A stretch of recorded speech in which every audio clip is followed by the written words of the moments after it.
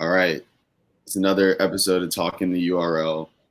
I'm here with the illustrious, the legendary, the mysterious Coochie Cowgirl. Coochie, introduce yourself. I'm Kiska, also known as Coochie Cowgirl. I live in Austin, Texas, and I used to live in New York briefly for about like 4 months, but Austin's like base of operations, and I guess I just do a lot of stuff here. So let's talk about that in your 4 months in New York. So was that like did you come up here and you were like, oh, I want to live in New York, and then you're like, I don't want to live here? It was like kind of screwed up because I did want to live there and I knew that it was going to be hard. But I was just like, okay, so I had some missed opportunities because I wanted to go up there and like sew. I wanted to like just work in like, and now I see those jobs everywhere. Like Levi's has their own tailor, blah, blah, blah has their own tailor. Anyways, I was looking at all those places trying to find jobs and I couldn't. But then some of the places I did apply to, I applied to Dover Street Market, applied to Opening Ceremony. Oh, yeah. Shortly before. They're gone now, right? Yeah, they're gone. That's just sad. It's funny. I got 2 interviews at Opening Ceremony when I was in New York, and I was like, it was maybe like a month after I'd moved there, and I was like, fuck yeah, like it's done. Like I did it. Like I'm gonna have a steady job. And I was gonna do embroidery in the back because they did like custom embroidery on stuff. And then I did 2 interviews and they were like, yeah, this position just doesn't make enough money to like hire another person to do this. And I was like, why'd you interview me? But it was really weird. Like when I was there, it was during Fashion Week, and I had watched all these interviews on the founders and like all this other stuff because I was like, I want to be like prepared. They didn't really ask me anything crazy. But one of the founders, Humberto Leon, that walked up and started talking to the manager while I was interviewing, and I was like, whoa. And he's like, you got that jacket for A-Track ready for like, because it was Fashion Week and they were doing I don't know if it was like they were embroidering 4 V-Files or like Opening Ceremony, something like that. But they were custom embroidering something for A-Track, and I was like, what? I was just like kind of Star Trek at that point. Not because like I don't even know this dude. I mean, he just works at Kenzo now, I guess, or probably not anymore, but I was still just like, damn, that's the dude I just watched like interview for 2 hours last night. No, I feel you. It's mad funny when that happens, like where you're just like, because when you're watching them, they're kind of like in your mind, like, oh, they're kind of like a spiritual creature type shit. And then like you see them in real life, you're like, yo, like I was just watching videos about it. I'm just glad it wasn't like someone like crazier, because then I probably wouldn't have been. I would have been like, when I was in New York. Okay, so I worked at this thrift shop in Midtown, and it was like in a rich Jewish neighborhood, and it was a nonprofit for a synagogue. So all these rich older people would bring in their stuff for tax, like a tax rebate or whatever. So we'd get like obviously like nice designer clothes, but it was just like the most random shop ever. Like apparently like Taylor Swift came in there one time. This is before I worked there, but I saw Zach Fox when I like sold Zach Fox some like crystal glasses, and I was just like my heart like froze up and I couldn't speak, and I was like, bro, I'm more shook about Zach Fox than I am about like the owner of fucking Opening Ceremony. No, because like Zach Fox is like the owner of Opening Ceremony for the Timeline. Like he's on some other shit on there. Like he really is. Like he owns Twitter. No, yeah, he's different. He's one of the only people that beat. I have a picture with him too. Really? I'll send it to you after the interview. I can like, but yeah, I was just like so starstruck. But the stint ended because I got fired from that job. And I was all like, I was like, I'd never been fired from a job before. So, and they didn't give me any reason. They were just like, yeah, we just don't think you like fit in here. And I was like, what the fuck does that mean? And it was like a really small operation. So I'm like, I get it, whatever. But I was still hurt, and I didn't have any money, and my parents didn't have any money to like help me out. They were going through some money troubles. So I was like, well, fuck, I just guess gotta use my last paycheck to buy a U-Haul. So then I got a U-Haul and drove back to Austin. Woo! I understand that feeling.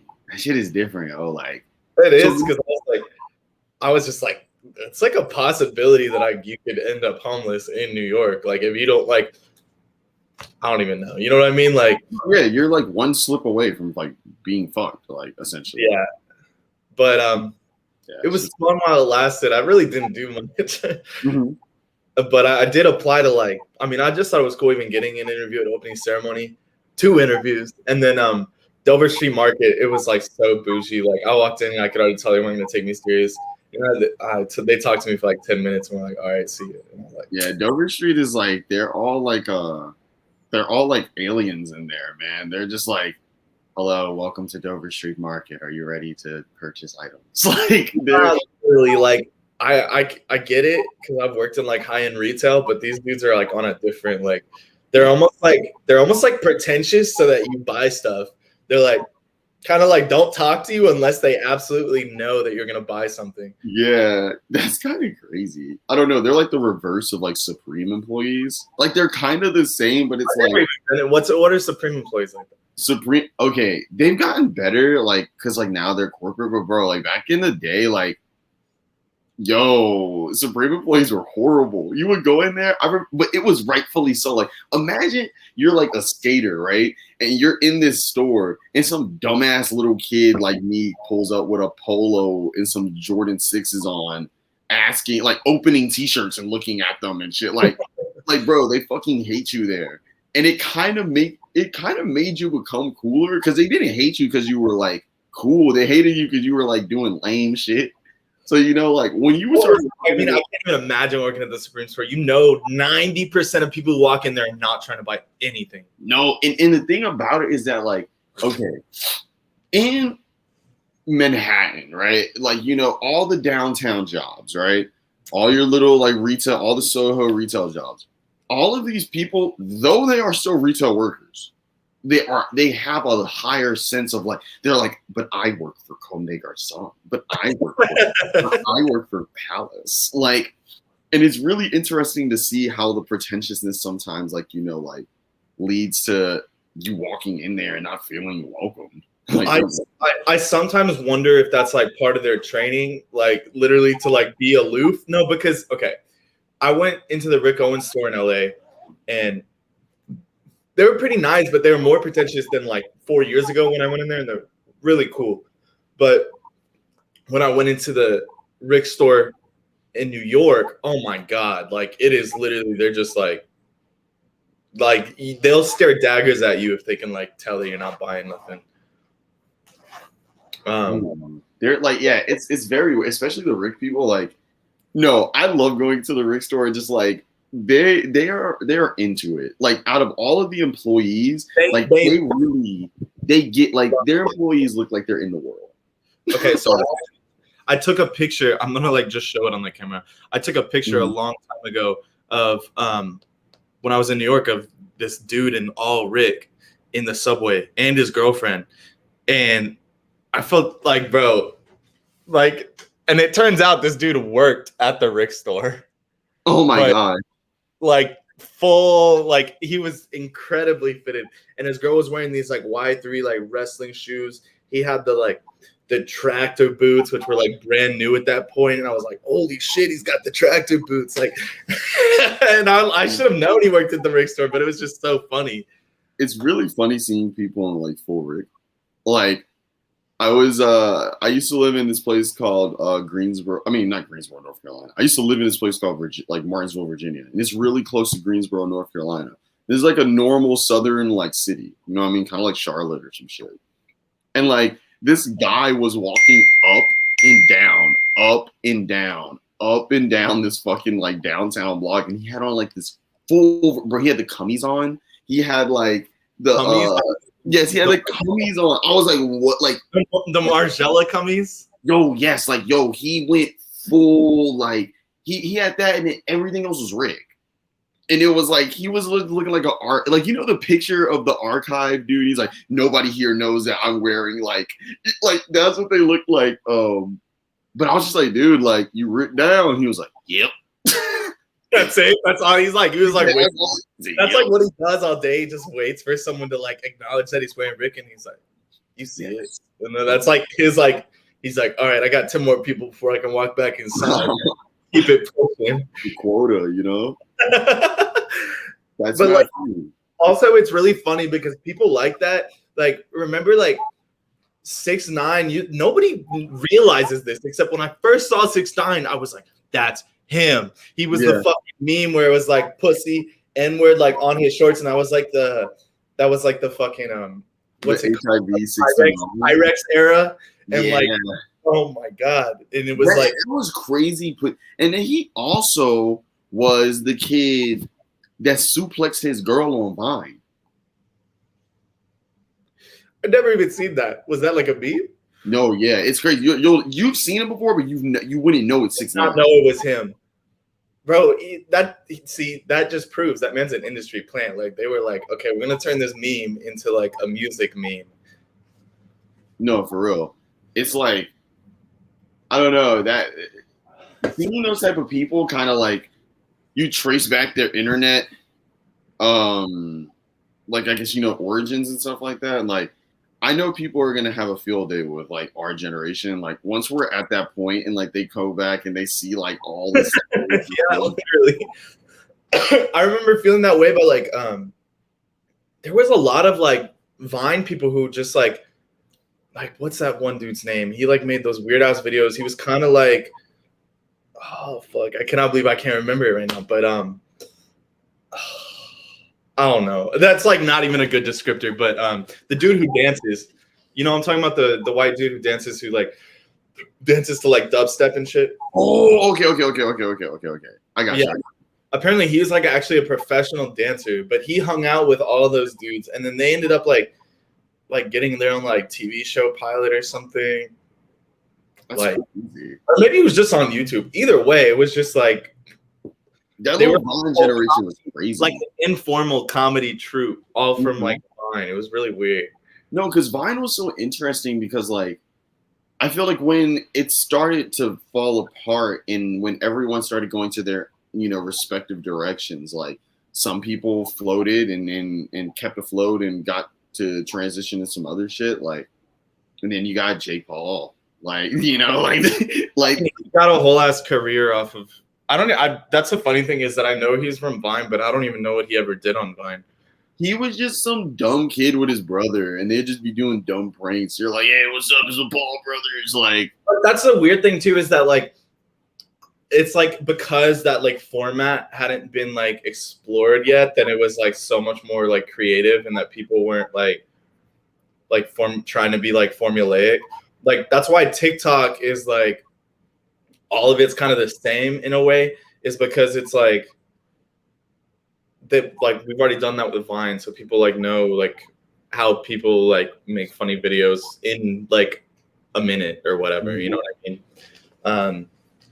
But yeah, I feel like the whole internet's kind of like that. It's like there's all these behind the scenes. I mean, the URL, the URL that like the actual like shit going on behind the scenes. There's just real bubbles of like, especially in LA too. Like in LA, I feel like everybody there knows each other. They'll be like, oh yeah, I saw Jake Paul at a fucking, I don't know, some shit like that. No, I feel you. It's funny because like I feel like a lot of these times, like during that entire time on Vine, like there wasn't one person like interviewing everybody or like talking to everybody or like establishing that this is like, hey, like this is like a universe essentially. This is like a cinematic universe. Everybody has their own TV show. We're all in the same universe type shit. And I feel like most of those people then wouldn't even like interview. They wouldn't even like consider it like a thing. Yeah. But that's a weird thing too. It's like mixing with random people who like became like these like comedians or whatever. And then also there was like some people who were like literally probably like comedy writers on there already, like trying to get a break. And then they go into like write for like, I mean, I can't name anybody at the top of my head, but I can guarantee that probably happened. Like someone's writing for fucking SNL because of some Vine No, for real. Because I think Vine was so important because there's many times I watch TikToks and I'm like, this is too long. Like this could have been chopped down.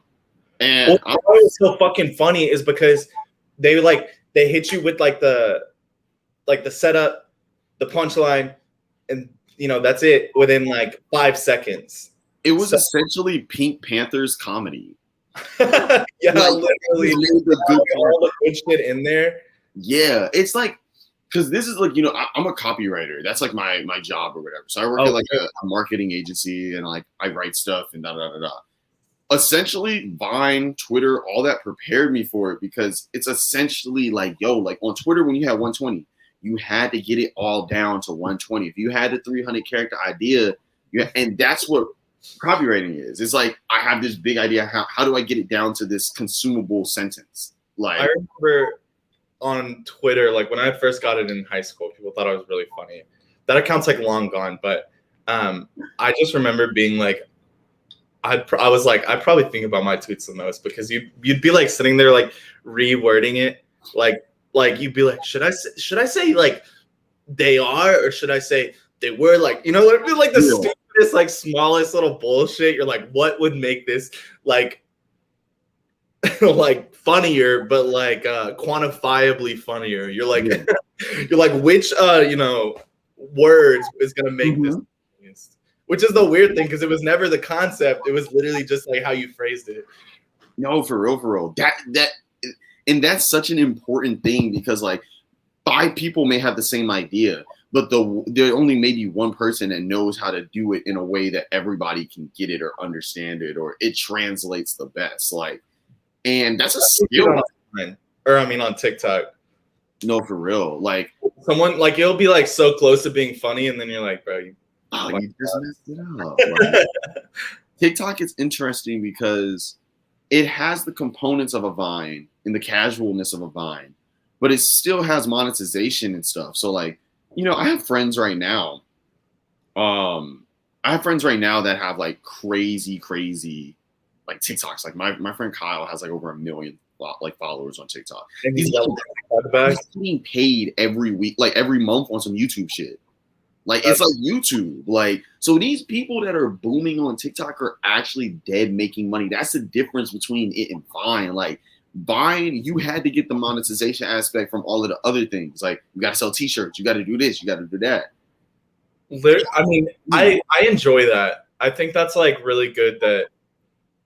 But then now you just have to see how they're gonna end up in the end, like motherfuckers out of that because they're gonna be like, wait, we didn't mean to give you this much money, like, like, because that's what YouTube did. They started just like putting like the craziest guidelines in, or like they let their monetization thing run wild, and they just kind of like, there's so many.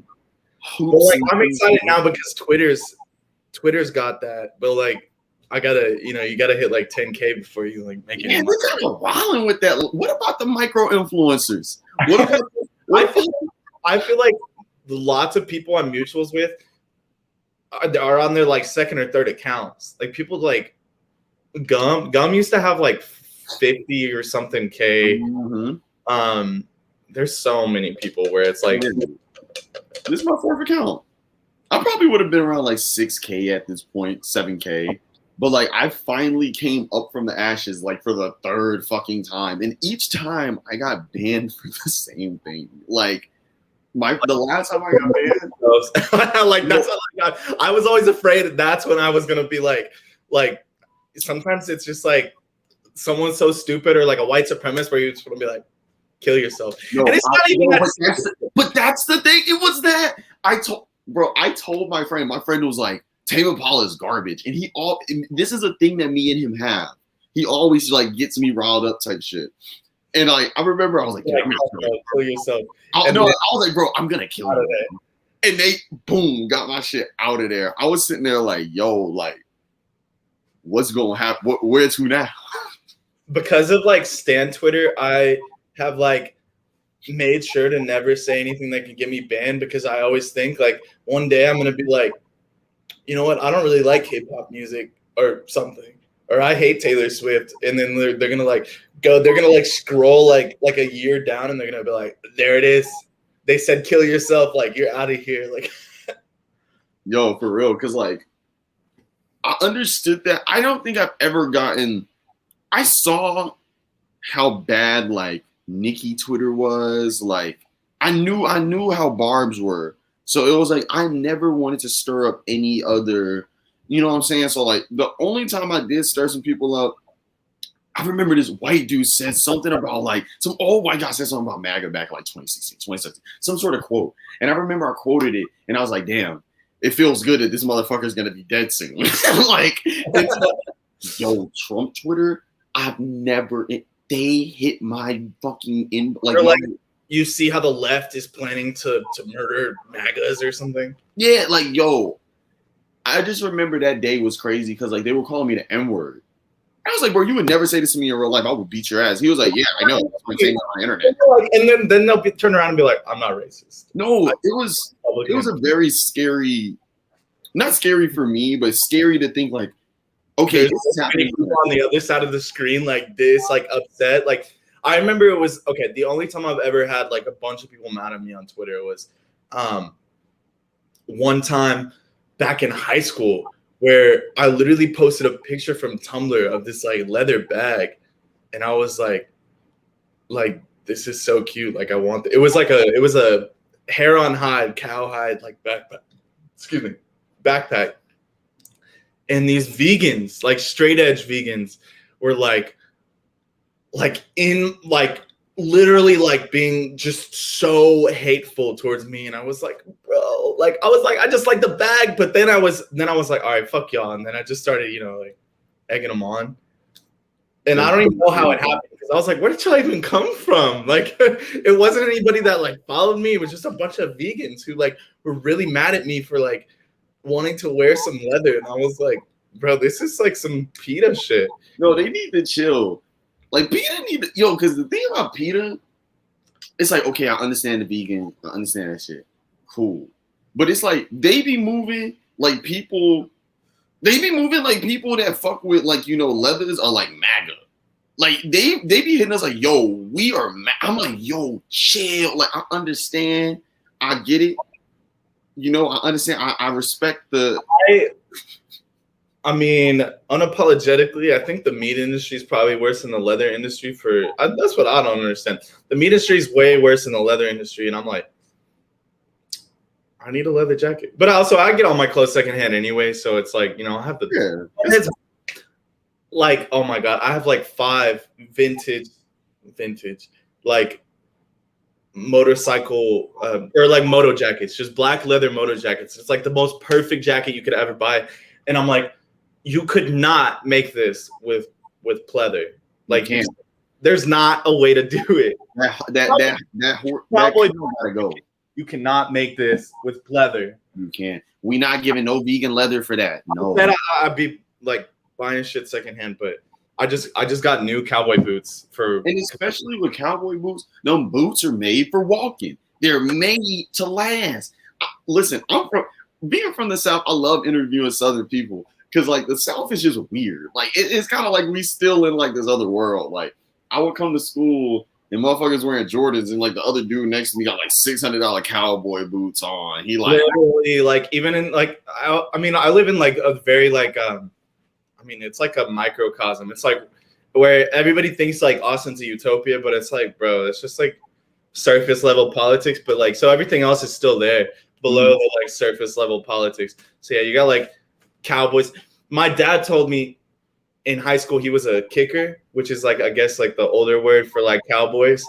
Like he was a kicker, so like I don't even know why they call him that, but yo, that's kind of fire though. Yeah, so he was all like cowboyed out and shit. And it's funny. I told my coworkers from Mexico, and he came here and he was like, "Man, I need like a white cowgirl," and I was like, "Bro, the white cowgirls are not the same as the Mexican cowgirls." I was like, "The white cowgirls are racist." No, bro, I'm telling you, I remember Mexican, like all of their boots at school were so different. Like that's when I started understanding the difference. Like the real, like only real cowboy boots come like from Mexico. Like yeah, they're crack. I remember looking at, I'd be like, yo. I remember noticing it because I knew my friends didn't realize it. But I was like, yo, like this man flexing right now. Like look at the craftsmanship. $700 cowboy boots acts like it's nothing. Like look, the alligators, all that shit. Oh my god, I remember when Lucas Sabat was on that shit like a long ass time ago, and I was like high key mad because I was like, bitch, what do you know about that? Like this is my life.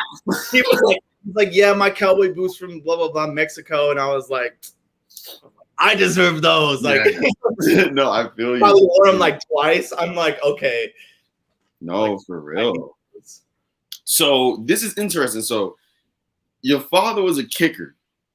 That's the funny thing. My dad's a biker. My dad is like a biker Christian dude. And like I wish I could like I've probably seen like one photo of him like even wearing cowboy boots back then. It's funny though, they like kind of my parents' new church or whatever, I guess they started buying more cowboy boots. They're like always checking at the thrifts for me and like for them. Like all the good brands like Justin's and like Justin's. They're the expensive ones. They'll like find them at the thrift and be like, hey, do you want these? Right. So it's kind of cool, but they've like circled back into the cowboy boot territory. But he's like a total biker now. That's fine. Does he wear bandanas and shit? Like, yeah, he wears like do-rags and do-rags, different kind of do-rag, but yeah. I know you mean though. Yeah, he wears do-rags and I mean on the bike. It's not like this man's just walking around like. No, yeah. He doesn't go to any of the like. Well, he does go to the rallies, but I haven't been with him yet. I really want to go to like a biker rally with him. That'll be nuts. Because me, my twin, and him all have motorcycles. So. Whoa! Wait a second. Are you a fucking superhero? Wait. So let's hear about the motorcycle. So when did you get a motorcycle? So I got a motorcycle after my twin.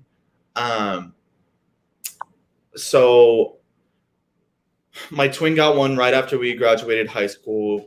And like, I didn't even think I was going to get a car, but then my dad was like, kind of like begged my grandmother, cause she got like the old people money or whatever to like get us some cars. And I was like, okay, fuck yeah. And then we had been talking about it, me and my twin, and they were going to get a motorcycle. And I was like, that's so stupid. Like it's about to be winter. Like, like you're going to be in my car all the time. And guess what? They were in my car all the time, but their motorcycle was so fucking sick. So I was like, damn, like I should have got a motorcycle. And then like after a year, my car like shitted out and I was like, well, I think I had like maybe like, it was before I went to New York. So I had probably like 2 years where I didn't have a car or a year and a half, something like that. And then after that, I was like, fuck it, I'm getting a motorcycle because they're so cheap. They're like, I bought my motorcycle for $2,000 and like, it's like 15 years old, but it still runs like decent. So it's like, it's the way to go. I got it. It's going to be now like I'm trying to think. Yeah. Like about to be like 2 years of me having a motorcycle. This is amazing. Yeah. So like the feeling of, I feel like people that have motorcycles just like have a better lease on life. Like if you're purchasing a motorcycle at this point, you already know that like everything isn't promised. Like if I'm going to do this shit, let me do it in style. Like I definitely agree with that. Cause I'm like, people say that people are like, yeah, but you could just, I mean, like, I'm not gonna lie. It is, I guess, it is more dangerous than having a car, just in that you're not protected. But also, in the whole 2 years I've had a motorcycle, I've never gotten in an accident. When I had a car, I got in way more accidents. It's like there's less distractions, but like you're more focused. Yeah, and you're kind of putting your life in other people's hands because at that point you're like, I'm good. But real. Yeah, it's like smoking. It's like driving while you're high. Like you drive better while you're high most of the time because you're actually like, wait, I have to drive. Oh my God. I do not smoke weed anymore, but I remember when I did smoke weed and I tried to drive high,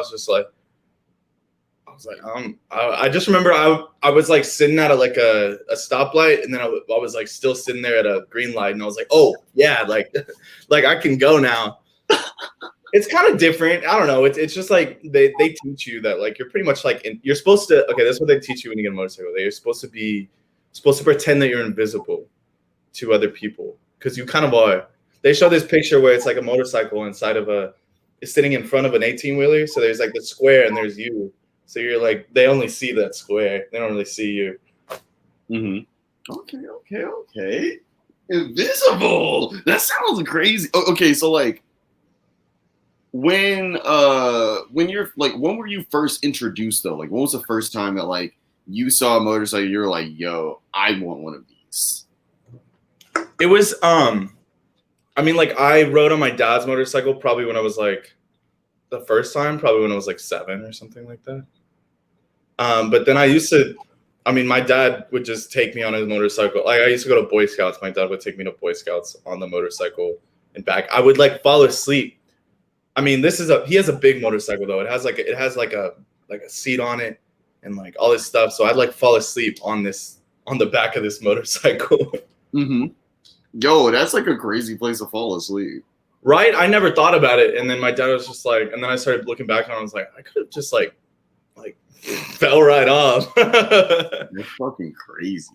Okay. So at this point, there is one thing I did want to talk about. How you were talking about, I remember you asked Whack-A-Mo their first experiences on the internet. Oh yeah, I forgot to ask you, what was your first username? So my first username was on RuneScape, and it was Sword and Rock 2 because Sword and Rock was already taken. And I guess I saw RuneScape and I thought it was like kind of like medieval, so I thought of like what's his name? Lancelot, or no, not Lancelot, the dude I guess it's Lance, whoever pulled the sword from the rock. That's all I thought of. I'm so dead. And then after that, it was like my email address, so I can't really say it. Or like, it was like one of my older ones. I still use it for some stuff. But I played like a shit ton of Minecraft with my twin. And I ended up, that's the craziest thing. I have like a you can barely see it, but it's like a little computer mouse. Oh, fire. I got this like a long time ago because I felt like I was truly like a child of the internet. Mm-hmm. Because I remember after playing Minecraft, I got into an IRC, which is basically like it's just like Discord before Discord, just relay chat, just a chat room basically. Mm-hmm. And like all these dudes were like older than me. They were probably like from like 19 to like early 20s or whatever, and they were all like coding and shit. And I was like, fuck, I could do that as a job. So I was like basically like learning from them like how to code a little bit. And then I ended up deciding I didn't want to do that, but I like still talk to those dudes today from like 2012, like literally from like 10 fucking years ago. These guys I've never met on the other side of the country. Like and like from there, like, oh my god, okay, one of them had sent me shrooms in the mail at one point and had like taught me how to use the dark web. And like I made some money from that. And I was just like, this would have never happened if I didn't like just meet some dudes playing Minecraft. Like, no, I feel you. No, I feel you. No, that's the crazy part about the internet, because like those type of people that you meet, those are usually like the purest people type. Like when you're meeting somebody playing video games, especially something like Minecraft, like you can tell when people play Minecraft growing up. Like it's cool because the shit that you're doing now is like, it's kind of like on some real life Minecraft. Like, you know, like you making shit, all that stuff. Like, let's get into this. Let's talk about the Roblox Minecraft influence on, you know, what you're doing right now. I don't know. I feel like from like a young age, I've always been like extremely social. So at this time, I was like 13 or 14, and I was honestly just like a really annoying kid to these people. Mm-hmm. But they like kept me around, and I guess my persistence to like not even care and just like be sociable and like like I kept me around, and I like, you know, I ended up benefiting in the end, like making money, like but also like they taught me like, I don't know, life shit that my like Christian parents wouldn't, like about like money and shit like that. Yeah, I had Bitcoins back in 2015 and 16. I had 2 whole Bitcoins at one point. I ended up selling, but like I was like That's just like weird. Like I knew what Bitcoins were before anybody knew what Bitcoins were. No, for real. Me. So I remember when shit hit like $500-$600, and they were like, "Yep, this is the peak. It's over." Like that was a very. I hate myself for being that broke back then. That's all. Yeah, honestly, like it was like I had to like get rid of it to like re-up or whatever. But I was just like, well, and I remember when Dogecoin was like Dogecoin, whatever you want to call it, was like created as a fucking meme. And then, I mean, it's still a fucking meme, but like now people are like rich off that shit. Because dead ass made bread off Doge. That shit is funny as fuck. Like, and that's one thing. Like, even though like I think he's weird, like Elon Musk is like Elon Musk said some shit. He was just like, bro, like usually the dumbest thing is like the best outcome. It's like the dumbest thing is gonna end up working. Like. He is the world's biggest grifter, so I'm like sure he wholeheartedly believes that because that man did the fucking Tesla bot. He had someone in a suit come up on stage and was like, "Yeah, we don't have any proof of concept, but it's gonna look like that. Like it's gonna like he has too much money to be joking around like that. Like it's like, bro, you can't be posting memes and shit like that when one click. Oh no! If I ever got like rich, you would not catch me on the internet. Like, okay, so he is so dumb with that he literally got a fine from the SEC, the Security Exchange Commission, because he tweeted like Tesla to 420 tomorrow or some shit like that. And then I guess it's construed as like in some sort of like trading, insider trading. I don't know if it was insider trading, but he violated the rules by just saying that. I'm like, bro, was it worth it? Was that tweet worth the 420 like weed number tweet? Was that worth $50 million? Like, it don't make sense to me. No, for real. It's actually ridiculous. Like, I'm waiting for the time period where one of us gets that type of money. Because I just feel like every time I see these people with that money, I'm like, yo, I don't know what to do. Like, why y'all doing all this shit? Why you trying to go to the moon? Like, it's all corny motherfuckers. Look, Elon Musk could have built like 20,000 fucking orphanages, like with the money that he spent. They could have fixed Flint. Right. Yeah, literally. Okay, I think about that. Like, let's talk about that.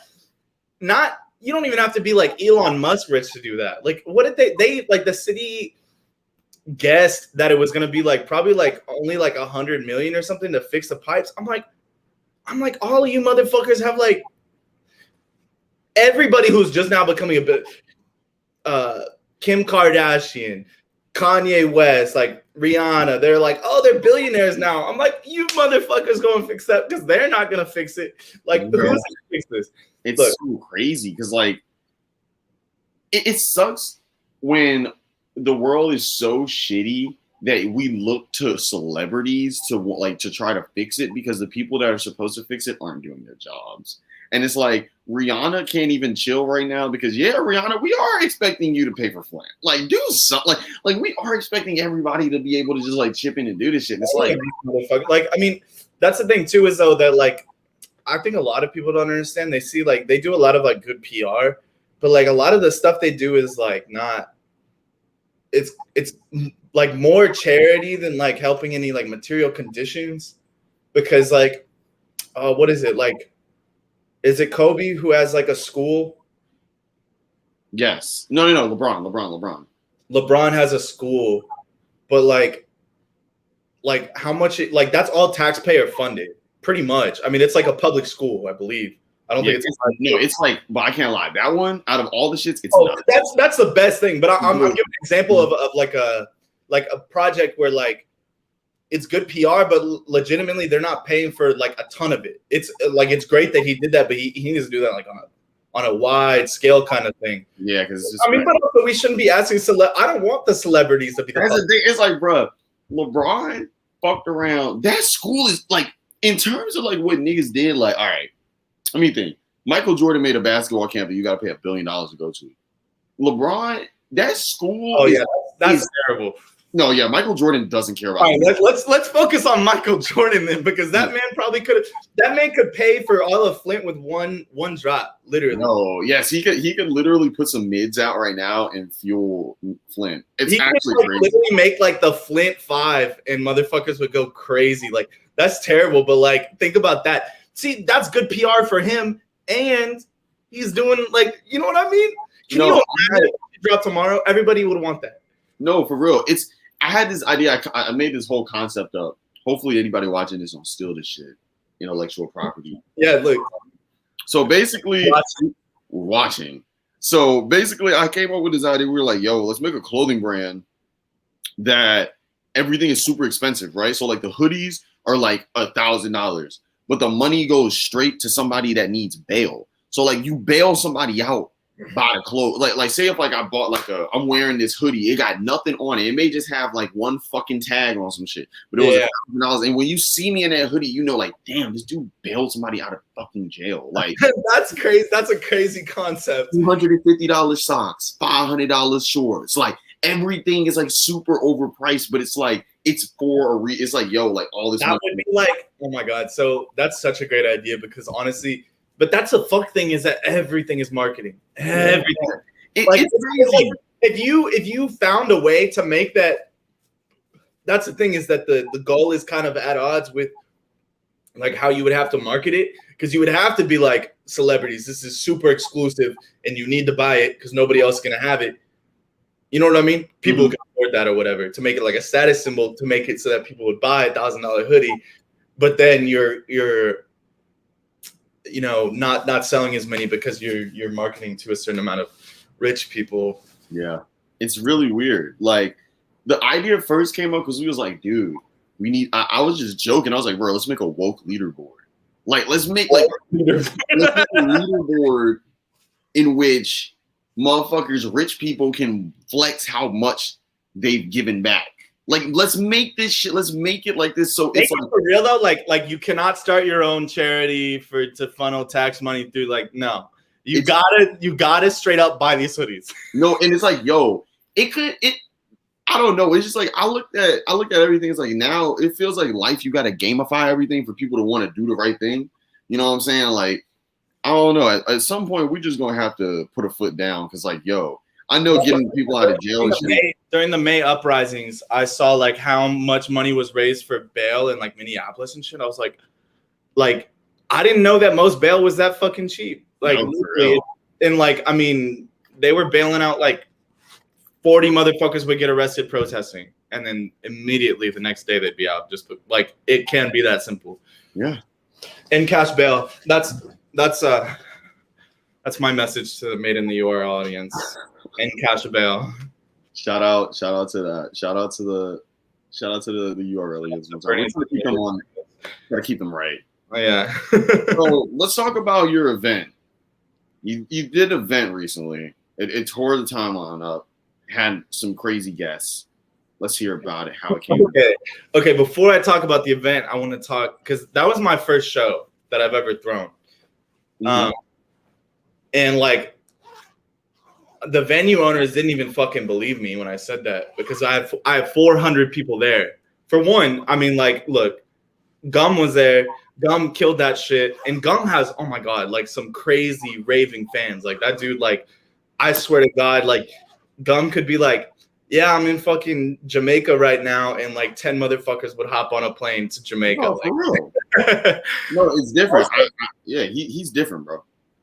Different, super different. Like I love it. But another thing is that like my friends in Austin do raves and stuff all the time. We have like it's just now ending in like this is the last week or next weekend is the last weekend, but they got a venue for 3 months only and have just been blowing that shit up every single weekend, throwing raves in this like small like warehouse space, which is actually right next to like 6th Street, which is like the bar district of ours. It's like the most poppin' area. And it's just crazy they got that lease there. 1222 is another, they've been doing, I mean, they threw a party on a bridge that's like, it used to be like a car bridge and now it's just like decommissioned. Like they've thrown fucking, I mean, they're just my friends, so I've always seen it. I've like kind of like I haven't really helped much with them. I mean, I've maybe door guide, but they're all like my really good friends. So I see how it works to throw one of these things. So for the longest time, I've just been like, I want to throw my own event. And actually, for the longest time, like since I've been mutuals with Gum, I've been like, I want to fly out Gum, and not to suck my own dick, but like I kind of started that Gum. Like motherfuckers weren't booking Gum before me. That's all I have to No, say. you was like, look, let me fuck up the whole world real quick. Let's get this ball rolling. Nah, yeah. But it's good. Like I feel like I opened the floodgates where motherfucker was like, "Oh shit, I could do this." Like I could. Yeah, it's like you showed that it's actually possible. Like the idea is like, you know what I'm saying? Like I put so much money onto that show though, also that I didn't need to. It was a lot of marketing. Like I had a bounce house for the event, and I didn't really need to buy a bounce house. It was a marketing tool to get a bounce house. I was like, if you tell someone there's going to be a bounce house at a rave, of course they're going to go. They might, and then once they get there, they might not even want to jump in a bounce house that bad. But you tell someone that, and they're like, "Holy shit! Like I have to go to this." It's like if a bounce house is here, like yeah, literally. So, but also I have tons of friends who just do that. They like do events. They shout out to my business partner Emma Lehman. She's fire and like helped me with all of that shit. Like last minute. They weren't going to give me an open bar. So Emma went out and we bought $500 worth of beer from like every single gas station around that area. Cause I was like, the flyer said there's going to be free drinks. There has to be free drinks. Like, and that was at 11:05 and it was supposed to start at 11. And so all these people are coming in, they're getting like charged for, it was a weird situation. But yeah, it was that like the bounce house. I made my own like fence basically because I wanted to like pack it. Because if all the people that were there were inside the venue, it would have not worked. So I like made my own fence to house the bounce house and all the people. It was just a lot of pre-planning. mm-hmm. Gone like really like he has a ton of like raving fans. So I mean that was like my first like 40 ticket sales. I also had my friends, the commune, it's like a fashion like collective thing I'm in. 4 of them flew out, or 3 of them. It was supposed to be all 6 of us. And we just stayed in an Airbnb up here. Like, it was in all of Halcyon, which is a like design and music collective that Gum's a part of. Like all of them, 10 of those motherfuckers were there.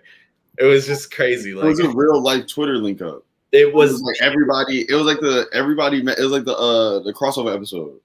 Literally. And it's funny because like I guess like my whole entire life has been essentially like a crossover episode. Like my adolescence, like all my friends in New York, my roommate that I'm like living with right now, like I've known this nigga for like 10 years. Like I met him on like fucking Kanye to the like all of these people that I know in New York are all virtual.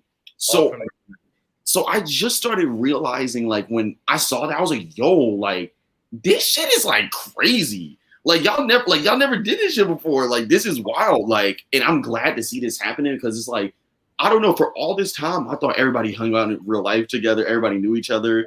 Cause like, I was like, yo, like this is the beginning of like an era. Like, okay. So I've always been really into like my local scene. Mm-hmm. I've been so I live in Austin, which is a college town. So hella people live right around the university, and there's a bunch of co-ops. Co-ops are just basically like dorms that aren't. They're just dorms that are cooperative, I guess. They're not through the university, and they would throw parties like all the fucking time, especially during South by Southwest. Living in Austin during I'd see South by Southwest every year, so you're like exposed to this like kind of giant event throwing, and you're like, this is really cool. And then you're like, we would always go to the free shit because we've never. I mean, it's like $400 for a South by Southwest pass. So I mean, if you were at like an official South by Southwest event during South by Southwest, you were lame. Like unless you're getting money. Yeah, I feel you. It's just like, why are you there? Locals get like put on for a lot of that shit because it is like our city. There's not really a way to exclude us. So sometimes there is people who get on these official showcases or whatever. But ever since I was 16, I've been out there like partying. And I remember I was 16 at these college co-ops, and people didn't even really look at us that weird. Like they looked at us weird, like, bro, you're like 16. What the fuck are you doing? But like if that shit happened, like if some 16-year-olds were at my party, I'd be like, okay, y'all gotta go. Like, what the fuck? But literally, we were just there, like partying. There was a fight night one time. Like literally, they had like a ring set up, and me and my twin boxed each other inside this co-op. And at the end of the night, also these two dudes were fighting. And they just stripped completely naked, dicks out. We're just like fighting in this college co-op, and everybody's fucking drunk and like music's blasting. It's like so. It sounds primal. Yeah, no, literally. And I just remember all these like really cool parties from these co-ops that I went to, and I was like, the ones that I like remembered where I was like, I gotta do some shit like this. And actually, the rave, Cowgirls Rave, was only like that was just the starter, because I knew I had to do something normal that enough people would come to, get my name out there, and then I have a bunch of real crazy shit planned. Like me and Emma have been like going down the list, planning like all this type of shit. I got like I've got a dinner party that I'm gonna do in these drainage tunnels. I've got a mud wrestle. I'm gonna do my own fight night. Like I've got a bunch of shit coming up. This sound like the fucking the Olympics. It's the party Olympics. It's like it's gonna be really cool. But yeah, I mean, I really studied like partying, I guess, in Austin. Just like being here. I mean, there's everything because of South by Southwest, ACL, the co-ops. We have so many house shows. Like it's a big like house show city because it's like a college city. Like I've been to all that shit, and I'm like, partying is a form of art to me. I'm just like this visual of everybody in this party and these two dudes are just fighting butt naked. That sounds like something that like I feel like a lot of people would pay to see. Like that sound kind of like imagine you just fucked up at the party and niggas just fighting like that sounds like exactly. And it was even like it was a private. I don't even know how the fuck we got in there because I mean, one, we're 16. It's very obvious that we're not supposed to be there. It was you were 16. They do like private ones just for like co-op friends and family or something. I think we just like snuck in there. And so I was like, I wasn't even supposed to be there. But there's like, I'll send you those pictures too. You can like post those with the interview because like it's. Yeah, actually, let me see. Yeah, send the photo. And I could post it. I think I can show it on here. Oh yeah? Yeah. Or you can just put that shit up to your screen for real. We can see that shit. Yeah, it's on someone else's page. I gotta find it quick. This is me and my twin boxing. Yo, what the fuck? Yo, that sounds crazy. And it's like this like dingy little like like it's I don't even know. That's so cool though. That's cool. I like when weird things like a couple of days ago, this skate shop around me named Tenet had like a skate competition in a bar. So like motherfuckers is playing skate in the middle of a bar. Like they had it all set up tournament. Like those are the type of things I'm like, all right, I'm leaving the house tonight. I'm going here. Like this is interesting. That's my goal now. I mean, like ever since like lockdowns ended in Texas, especially, it's like there is something every single weekend, every single day of the weekend too. So it's like Friday, Saturday, Sunday, every single weekend that you can go to. And I'm like, I'm already feeling the burnout. So I'm like really ready to just like do some shit where like you see it and you're like, I will have fun at this. But also just something that like is out of the normal because like when DJs get a following and stuff, they're going to do these weekly things. And like, you know, if you live here and you go to that every single week, I mean, you might stop like going because you're just like, well, I've seen it once, seen it all. So like, I want every single one of my parties to be like an event. And it's also that's cool because if somebody went to one of your parties, they still had a unique experience that no one else could probably say, like, oh, you didn't go to this one. And then it's going to make people want to go to every single one because it's like. It's exactly the reasoning. I tell you, it's super calculated. Like, for me. Okay. Like, it was very like the bounce house was like $400 that I had to rent it.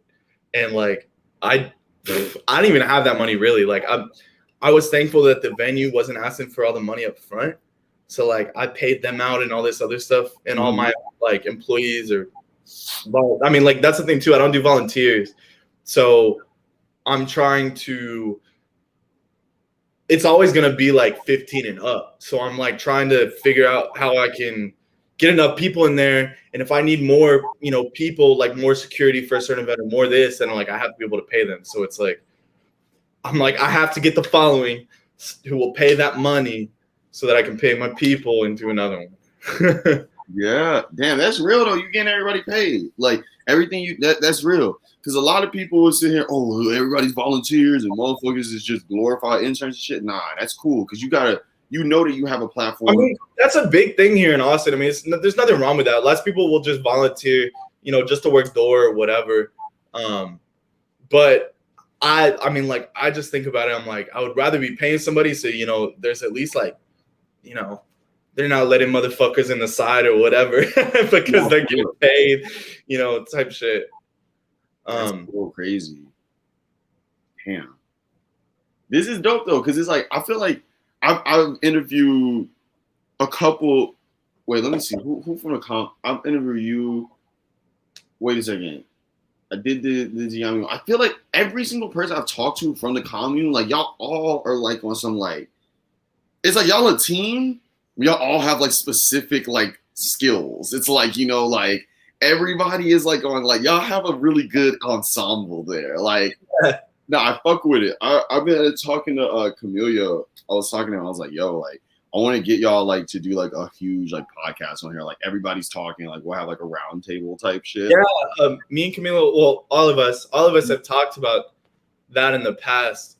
I mean, also it's hard when you have like 12 different. I mean, I don't even know how many people we have at this point, but it's like at least 12. When you have that many people to like coordinate something that's like different time zones. Everybody. We want to do that. Like we want to do a URL all together too, but like it's we want to do like, I mean, honestly, we've talked about doing like a little magazine or something like that. I really see us at some point, like just, I mean, we're all getting the bag right now. It's pretty crazy. So I'm just hoping that we'll all link up in a certain city and just get something crazy going. We thought about even like doing a meetup and just printing t-shirts for ourselves. Like, because y'all are the event. But let me tell you about the next party. This is gonna blow your mind. Let me see if I can send you a picture of this real quick. Give me 1 second, so you can put it up on the screen. Because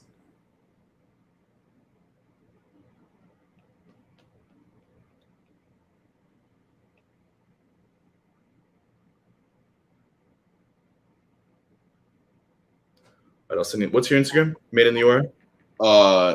My personal is Chris in the URL. Chris in the URL. We all have like these continuity with the names and shit. I just recently like switched over all my, like I am now officially the same on everything, which that's fire though, because very, very pleasing to me. But look, you know it's fire because you like, it's like Minecraft and gamer tags and all that shit. It's fire when you have the right name and there's no extra letter. There's no like, it's just like. I remember when it used to be Coochie Cowgirl. Now it's like Cowgirl Coochie. Well, I think actually my Twitter. Okay, so they're switched a little bit, but someone had tried to like pay me money for Coochie Cowboy, and I was like, okay, $1,000, and they were like, what? No, and I was like, oh, that's $1,000 username. I don't know about you. And now some loser has it. I don't know who has it now, but they're just barely even use it. And I'm like, I'll be having alt accounts with like certain names I like just, and I'll tweet every a couple days just like to keep it a little active. Like that shit's mad funny. Okay, so you see the one I just sent you of those tunnels? Oh yeah, let me check. Oh shit. Yo, this looks crazy. Can you put just the picture of that up on Yeah, I actually can. Wait a second. Hold on. Let me try to get just the picture because I'm not trying to blow up the spot or nothing. I feel you. Yeah, we gotta get. Now I understand that's one thing that's cool though. Like I like that you do the rave shit because like I've been finally getting hip to rave culture and like I don't know. My roommate is like super big into the scene in New York, So like I've been understanding like I don't know, it's raw. I'll be like, yo, motherfuckers just pulled up under a bridge and just started getting turned. This is fire. It's so funny because I've seen that shit like I said since I was 16, but it's so funny because it's all about like that, but also the vibe, because like a lot of people who do this like shit like this, like in Austin, who have been doing it forever. I mean, you'll get like weird ass hippies, weird ass ravers, like just people you're really not trying to hang out with. I don't know. It's not letting me airdrop this shit to my computer. Oh, no worries. But it's a giant tunnel, so you can see the big like open one in the middle there. Yeah. So I'm gonna fill one of those with furniture, and I'm gonna have a dinner party in there. I'm building a door to close it off, basically. So there's just gonna be this big swinging door that opens, and we're filling it all with furniture. So it's gonna be like couches with tables and chairs with tables and stuff like that, going all the way down. If you also look at that other one I sent you, that's what it looks like inside. That's like they're pretty long. So I'm gonna do that, and then I'm gonna get catered, get a DJ. It's gonna be like a more chill thing, but it's gonna be like probably less people, like more expensive tickets. It's gonna be like $50 for getting like food and drink and like, you know. But yeah, I'm like trying to actually have a dinner party in this like underground tunnel. No, that sounds nuts. That's like that's what our I'm trying to wait out like before we do another big one, because I'm just like a lot of planning. So like that's a lot of planning too. But that's going before the mud wrestle, and then we're doing a mud wrestle. Yo, that mud wrestle, yo, like we really need all of the greatest photographers in the Austin area. If you are not in the Austin area and you would like to visit Austin, my friend, yeah, honestly, if someone's willing to fly out to Austin, of course they get free entry. My best friend, Day Randall, that's his app too. It's just Day Randall or DERANDL 3. He's like the most amazing photographer, and he shot Cowgirl's Rave. He shoots all of 1222's events, lots of Freak System events. Like we're like really a small like ecosystem in terms of like partying and stuff. But yeah, like honestly, I'm trying to get more like photographers and shit, like the best photographers to come out and like capture the vibe. No, for real, because like I'm thinking about the visuals right now, like that would be actually ridiculous. For that show, also, the girl I've been working with, her name is Sarah Myers. She's a graphic designer. I'm going to be working with her, and we're going to be actually sending out physical invitations for the dinner party. Not to everybody, but just to like, you know, people we want there. And they're going to come in like an envelope with like a wax seal on it, like Oz type shit. You'll get one eventually whenever it comes around. That's bad fire. Okay. So like I just really believe in like really like putting like full like production value into all of these, just so that like I think it will eventually like snowball into a bigger bag of like, you know, because Austin is like a big industry town too. Like during South by Southwest, you know, there was actually this dude who will not be named, but like totally, he was kind of running shit in Austin for a while, but he would like start fights at all of his own shows. But he like got like Yes Jules, like it was at a point where people were putting his like promoter tag on their own flyers to try to get people to come there. Mm-hmm. And like Yes Jules was trying to do a show with him during South by Southwest, which is like one of the biggest events in Austin of the year. And he just like fucked up the bag. So I see that, and I remember when I was younger, I saw that and I was like, bro, like I would be doing this completely different right now. Like, so that's the goal, is to, you know, like just be able to do like bigger and cooler stuff. Because that's the thing too, is that like when you start doing bigger stuff, you kind of got to get permits. No, yeah, and it becomes complicated. You're like, fuck, like. Yeah, I mean, honestly, okay, so the first show was 400 people. I want 800 people for the mud wrestle. That's towing the line right there, because that's a lot of people. It's So turned into like small you, event, like you concert. you gotta figure out how to like hide that somewhere where police will not show up, type thing. No, for real. That is like a huge thing, especially controlling that many amount of people. Like they're gonna be drunk, turned up, fucked up and shit. Like I mean, that goes back to what I was saying is that like for that I'm already planning like I'm gonna have like a whole ass team of security for that. Like, well, how do I pay for that? No, yo, it's crazy. Like I don't know. I like the idea though, because it's like that's one thing that me and Mark was talking about. Like we was like, yo, like these little things that we do, like there's already been an idea of what a rave is. Everybody knows what a rave poster is supposed to look like or what a rave is supposed, but it's like, okay, that's been around for a long time. Let's do something different. Like making it to where you can add like another layer to it, like a mud wrestler, or it's like some sort of like coordinated event with this. Like it's just like the next evolution in it. And it's cool to see that you're trailblazing that for real, for real. I wouldn't say that, but I'm trying. Yeah, like I mean, after the mud wrestle, I'd love to do some shit in New York. Like the only thing I've ever like, even when I was in New York, I was like, I want to do stuff here. I went to like I went to a show with Miss Giammi.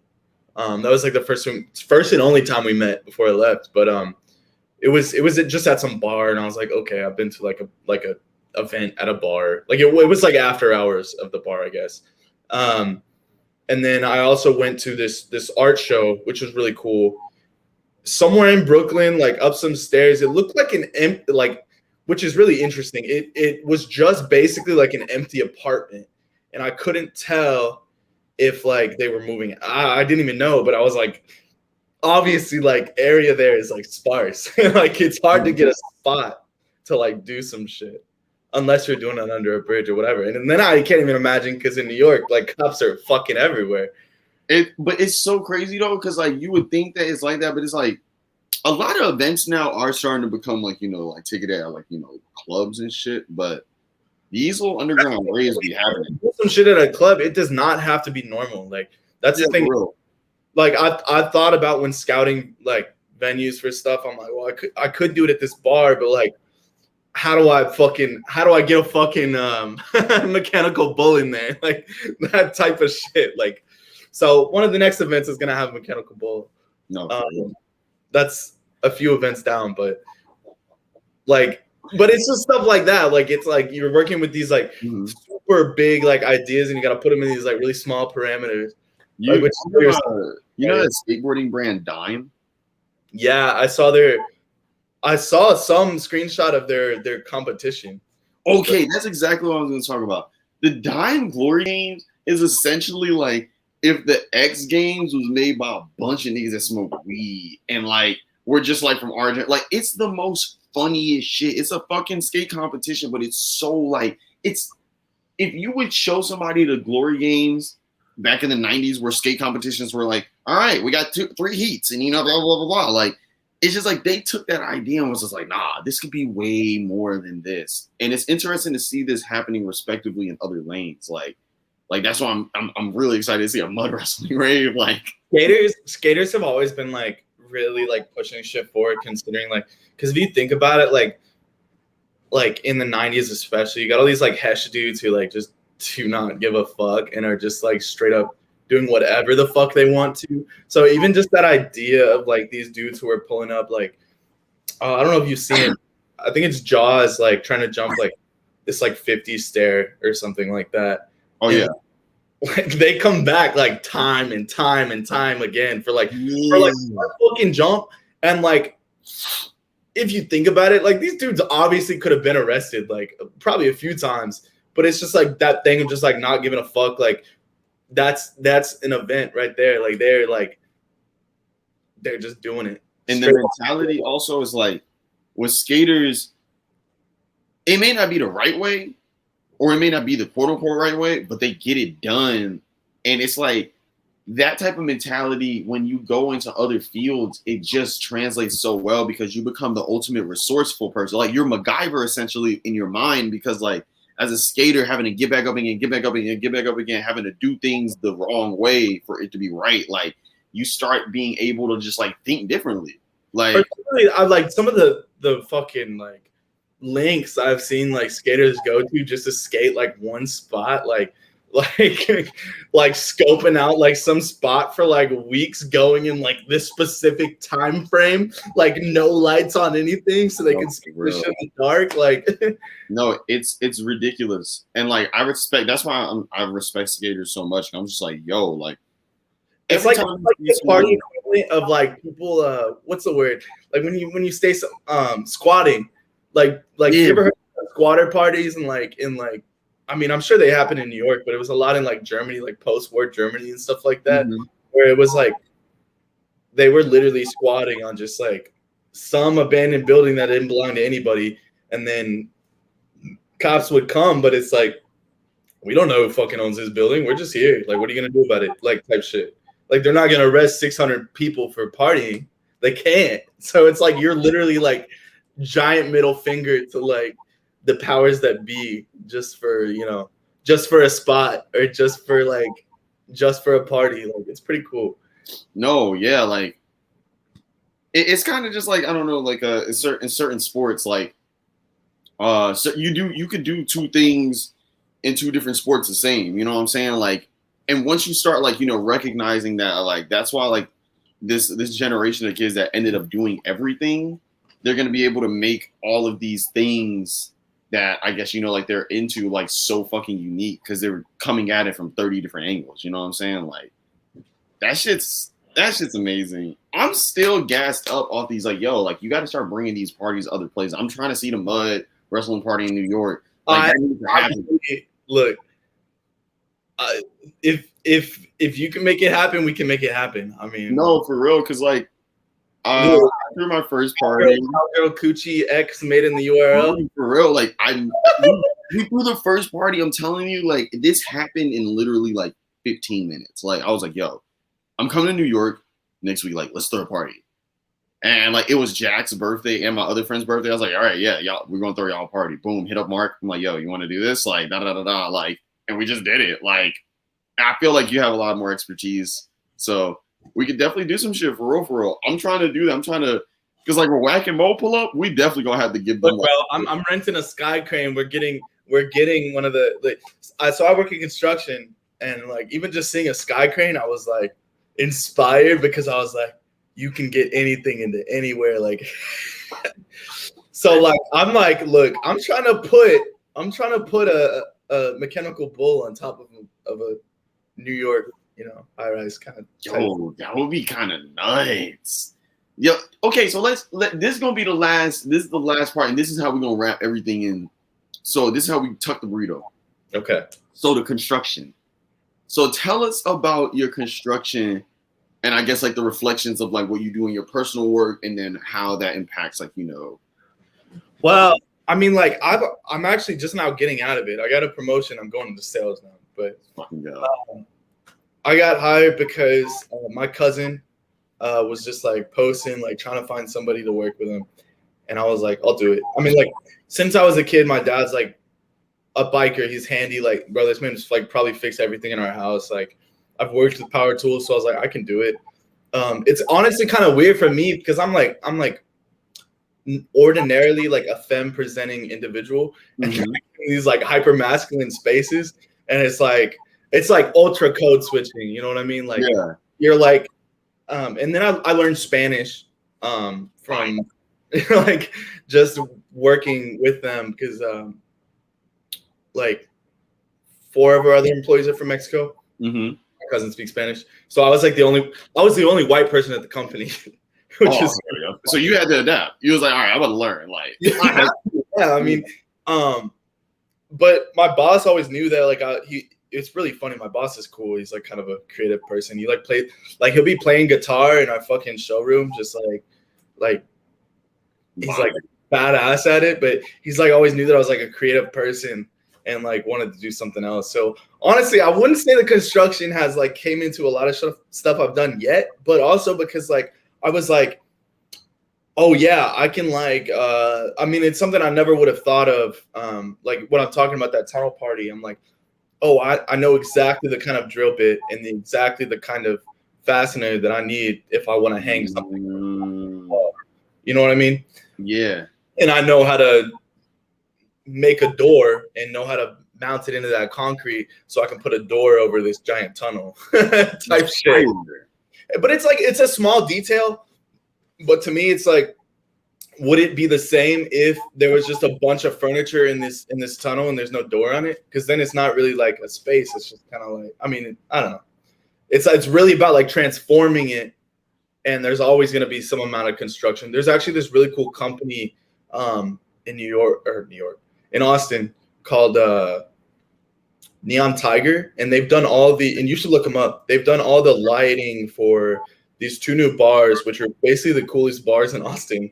We've never had a real club, so it's like the first real club, because everything in Austin is bars, really. So like, when you think of a club, like with like lots of lights, like lots of, big ass DJ stands, stuff like that. Like, we don't have that. So they were the first to kind of do that. And they worked in collaboration with these lighting people, and they just killed it. And then they just did another lighting display for another bar. But stuff like that to me is like an intersection of construction, because they're literally fabricating these like light displays, like all different types of shit. And it's all like neon kind of thing. It's like neon LEDs.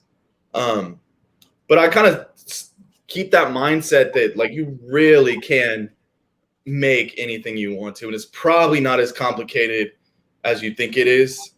Parts and stuff. But I've started thinking about stuff like that too. Okay, let me give you this on the down low, anybody who watches this. So I don't know if they've ever done this in New York, but in Austin, there's been tons of like heaven and hell parties. So there'll be like 2 different rooms or levels, floors, whatever, where like you show up as like heaven or hell, like devil or angel or whatever, and you can go in between these 2, and they got like different vibes, different music playing, whatever, different DJs. I thought about doing that, and then I was like, no, like I took one thing from that idea, because I was like, I just don't. It's so kind of played out here at that point. Have you ever heard of that in New York? No, I haven't heard of this specifically, but I've been to parties where there's been 2 rooms and it's been completely. So I understand the concept. It's just like they was dead ass like dressing up and everything, right? Like, yeah, exactly. So it's like an angel or a double. It's maybe I got to do that shit in New York, dude. No, for real. It made like bring the culture. But the idea I had was it would be a doorway or any kind of opening, and you can basically put a pan at the bottom, right? Trying to get this like in frame. You can put a pan at the bottom, fill it with fake blood, and then you can have a small pump that pumps up the wall, the top, and it's just dripping like blood the whole time. So you cannot go into this party without getting messed up. So it's like you have to come in something that you are like willing to get dirty, and you're gonna be covered in like this fake blood shit. That's cool as shit, because it's like it kind of like immediately gets the bouginess out of your system. It's like, yo, like you came here to party, you came here to not be fucking weird. Like, get the fuck off the wall. I want to do both, honestly, because honestly, I'm sometimes people are too bougie, but then also sometimes people just aren't coming with the fits. No, for real. Like it's like, I mean, there's certain raves where it's just like, yo, we about to be inside. It's turned up, dress comfortable. But then there's certain the outdoor outings, it's like, there's a little bit of air. I love that even more though than when people like come fully dressed, and people in Austin really do that, especially in this like kind of like microcosm of a scene with all my friends and stuff. People like show out to these things, but then I want to throw something where everybody shows out. Like there is a dress. I mean, you're not gonna get kicked out if you don't come up in dress code or anything stupid like that. There is expectation. But like, come on, like, put on your like coolest outfit. You know what I mean? Like, literally show up in your coolest outfit. Like, no, for real. No, I feel that, because it's just like, that's cute, because it's kind of like it has an aspect of church. Like in church, everybody, you gotta have your Sunday best. Like you wear your nicest clothes to church. But it's like just like playing dress up, because it's like there's not really many things where people get to do that. Like, because I think about that, like. My best friend, Aday, he like, bro, this man has like suits. He has like really like pretty nice clothes. He knows how to dress them down, which is like really cool, and like it works. But I'm like, I just want to see this man going like full force at like the like most dapper kind of like outfit he can, or like even like just like wearing like a nice ass dress or some shit to like something. You know what I mean? Like, but But yeah, with like the mud wrestle too, I'm just like, that's gonna be like right there on the front of the poster, like dressed to get like fucked up, because I don't want anybody to think that they can just show up and like just watch people from like a distance, like in the mud. Like you will get mud on you. I can guarantee that. Like literally. You will get mud on you. No, that's cool because it's like I feel like certain parties you just gotta let people know that shit, man. And I feel like once everybody else sees everybody else for being bougie, and if you get mud on yourself and you throw a hissy fit, like that's on you. Like, and it's cool because it's like they're probably not gonna do it because they gonna see. It's kind of like when if everybody else had their pants down, you wouldn't feel as uncomfortable. You know what I'm saying? It's like, oh, if you just have mud on you and everybody else is still cool, you'd be mad as fuck. But it's like everybody fucked up, just have fun. Shit, like I remember I was like talking to my friend, and she was talking to her homegirls, and she said that they said, "Nah, I wouldn't wrestle in mud, but I wrestle in baby oil." So I'm like, okay, so there's gonna be a baby oil pool. There's probably gonna be like legitimately. I'm thinking like a 3x3 grid. There's probably gonna be like 3 baby oil pools and like 6 mud pools. that's so the baby oil pool is gonna get hectic. It's gonna be softcore porn. For real, people are gonna be fighting. Moon's gonna be let out. Also, I was like, okay, there's gonna be hella security for this shit, because if anybody's getting baby oil, like we surprisingly, for having 400 people at the Cowgirls rave, there was only 2 dickheads we had to throw out. Fire. 2 out of 400. Hey, that's a really good success rate. Yeah, right. So that's what I'm shooting for down the line. Oh, with the construction thing, I did want to tell you, when I got promoted, so we work in iron, right? My boss said that I could design the desk for our whole office. So I'm currently designing, and it's gonna get fabricated by our factory. Ooh, it's gonna come to us, and we're gonna assemble it. So that's what that's I'm. So fire, because like you gonna be able to like. Really... There's so much I feel like I didn't even talk about. I make clothes too. No, you know what?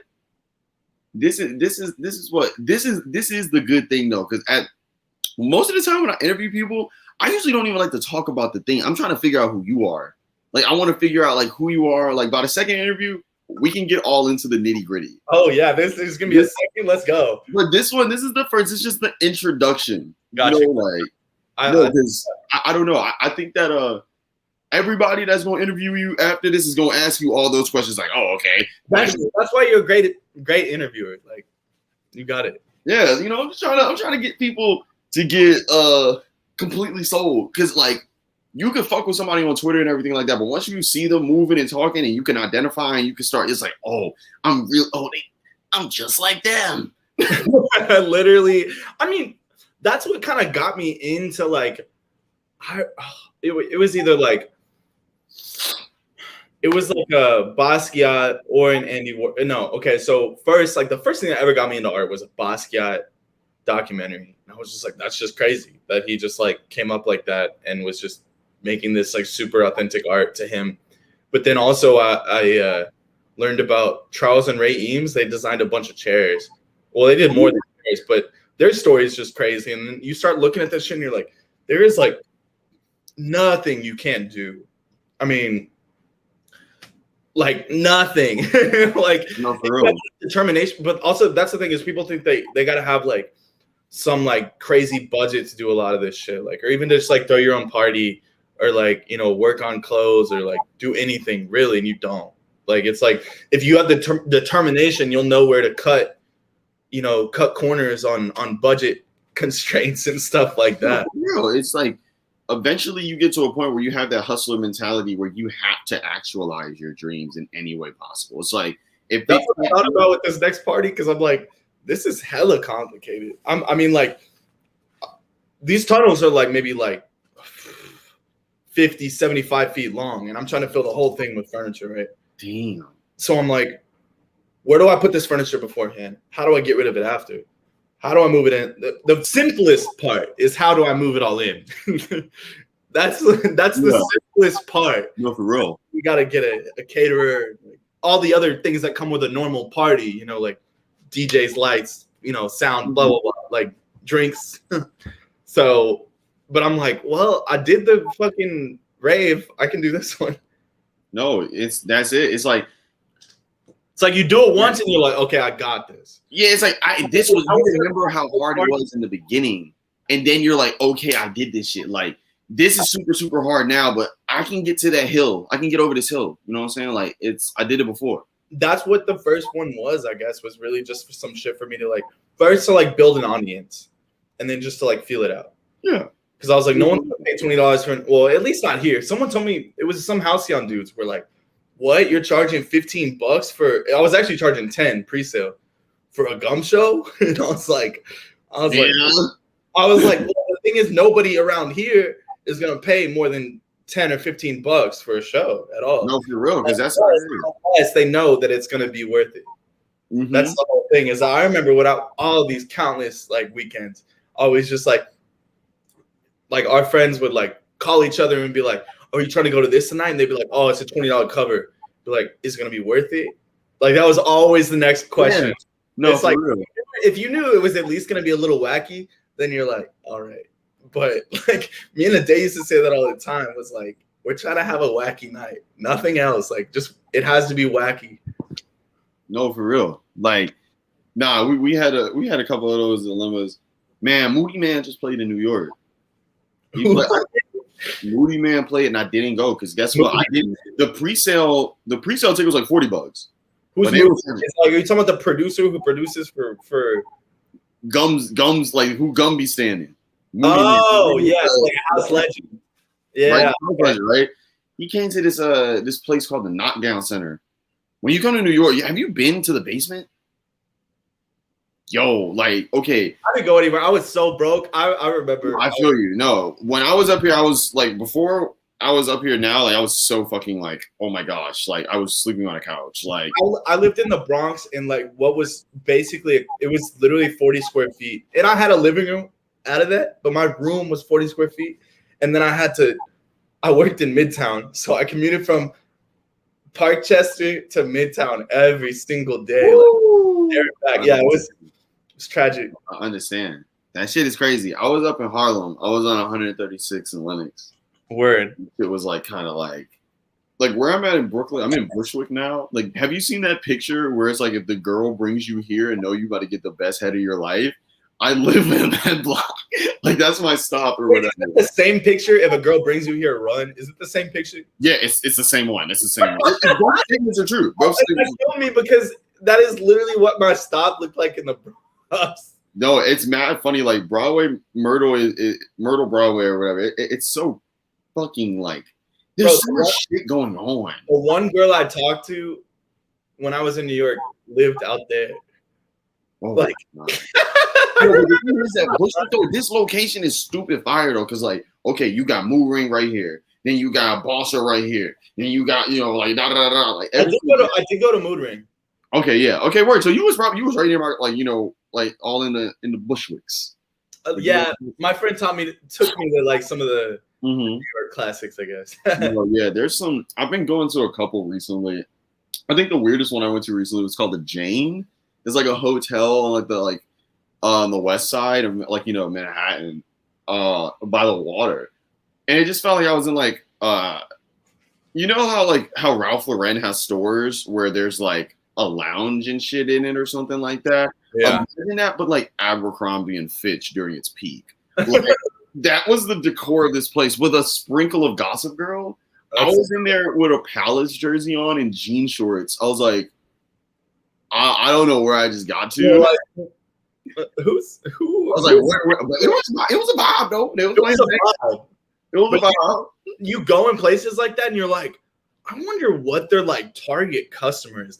Like, not just like who actually buys shit there, but like they have a target customer, and they have their outfit. They have like a picture of their target customer. Mm-hmm. I just always wonder like who that is. No, it's not like some dude in like some super tight skinny jeans, like. It's got the pre-distressed, like the crinkles. The crinkles. Oh my gosh. It's funny because like I was working on this project for work and they gave us a brief and it was just showing like who's like the target audience.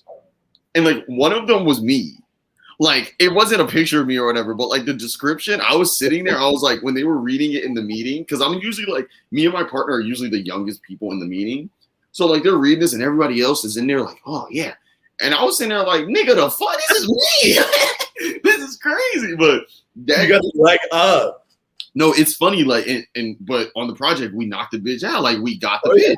So it was like, we knew it. But it's so interesting seeing that because, like, the way that corporate or, like, the way that, like, people that create things envision their customer to be to who actually usually be there, it's so funny to see, like, the difference or how similar it is. Like, That's really interesting is because, like, they're, like, really, like, commodifying their product. You know what I mean? Like, trying to sell this to as many people as possible. And I always think working backwards from that is, like, the best way to go. Because you look at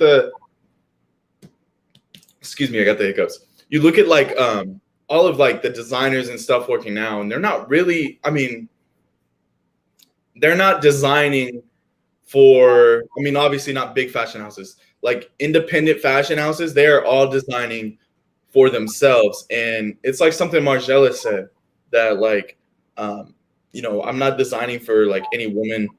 It might have been Margiela or Rick Owens. They both said something to the same amount, but it was basically like I'm not designing for any woman. If they like it, they'll buy it.